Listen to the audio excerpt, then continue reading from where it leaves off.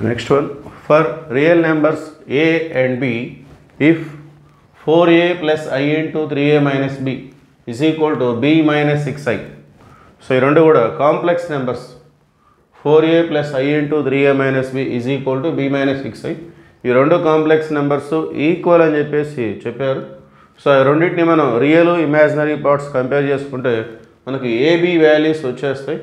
ఆ వచ్చినటువంటి ఏబీ వాల్యూస్ని z is equal to a plus b/4 into i దీంట్లో సబ్స్టిట్యూట్ చేస్తే z అనే కాంప్లెక్స్ నెంబర్ వచ్చేస్తుంది.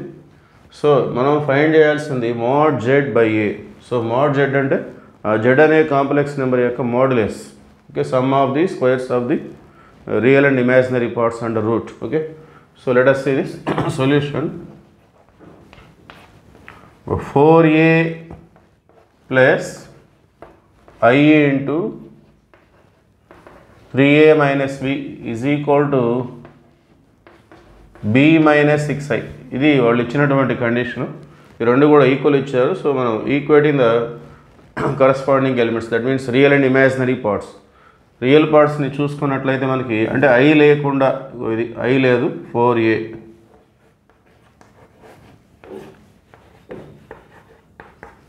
ఇక్కడ ఐ లేకుండా మనకి b అనేది ఉంది. 4a is equal to b. So a is equal to b/4 అని మనం రిప్రజెంట్ చేసుకోవచ్చు. అదేవిధంగా ఇమాజినరీ పార్ట్స్ ఐ పక్కన 3a minus b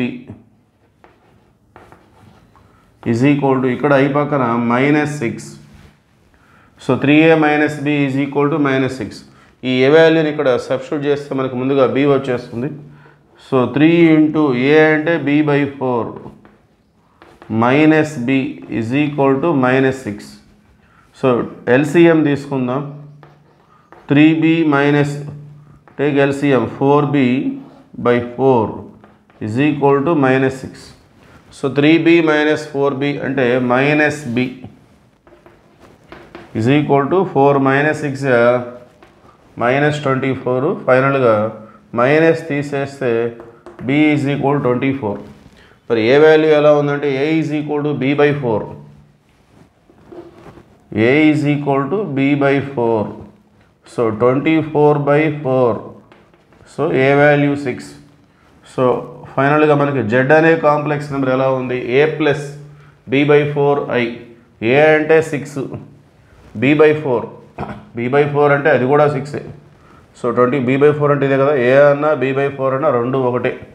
so 6 plus 6i ఇది z అనే కాంప్లెక్స్ నెంబర్.